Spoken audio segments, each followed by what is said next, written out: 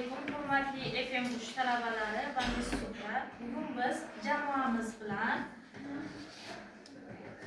bir-birimizni qo'llaymiz. Qizlar uchun gender mavzusiga qaratilgan qizlar klubini yaratish loyihasini tuzdik va bu loyihaning a'zolari, ya'ni loyiha a'zolari direktorimizning rahbarimiz Dilnura, o'sha suhbatlar davomida klub tashkil qilinishi suhbatlar davomida ishtirok etadigan psixologimiz Sevinch va xuddi shu prezentatsiya va reklamalarimizni ishlab chiqaradigan dizaynerimiz Diyor va suhbatlar o'sha klubda suhbat bo'lish jarayonida bizning ma'ruzachilarimiz Zuhra va men Mehrulur.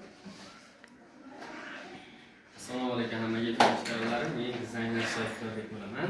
Biz Telegram kanalida Telegram ilovasida kanal yaratdik. Bu kanalga qo'shilib olishinglar uchun bu link orqali qo'shilib olishinglar mumkin. Undan keyin biz institutimiz kanalida o'z e'lonimizni joylashtirdik. Faqat bunga qizlaringizni yo'g'i bo'lsa ham biz sizlarga reklama qilyapmiz.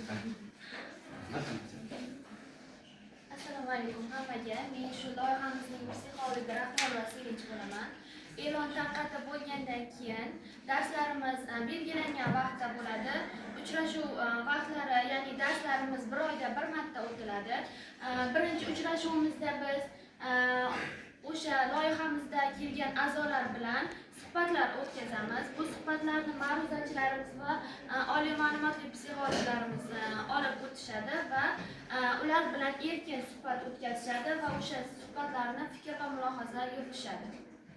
Men bu guruhning ma'ruzachisi hisoblanaman. Biz ikkinchi kunda asosan ayollar O'zbekiston yoki jahonda qanday yutuqlarga erishganliklari haqida gaplashamiz. Ular bu orqali nimalardan ilhomlanishadi, ularni bilib olamiz va ularning kelajakda tanlagan yo'llariga qarab o'z yo'nalishlarini berishga harakat qilamiz.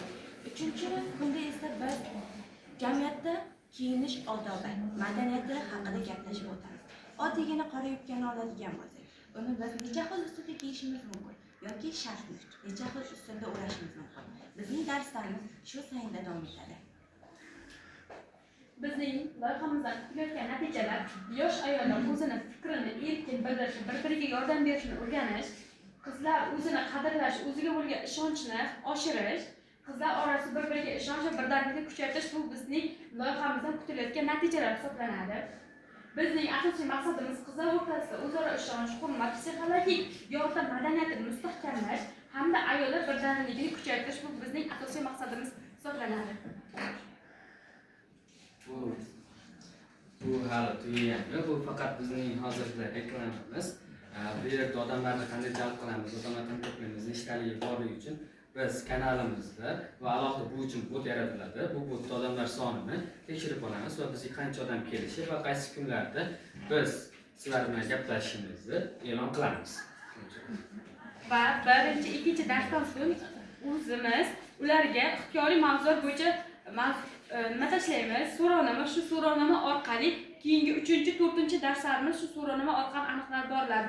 Aynan qizlar qaysi yo'nalishga qiziqadi, qaysi sohani tanlashi, ularni psixologik muammolarga kirib chiqqan holda mavzular yoritib boriladi.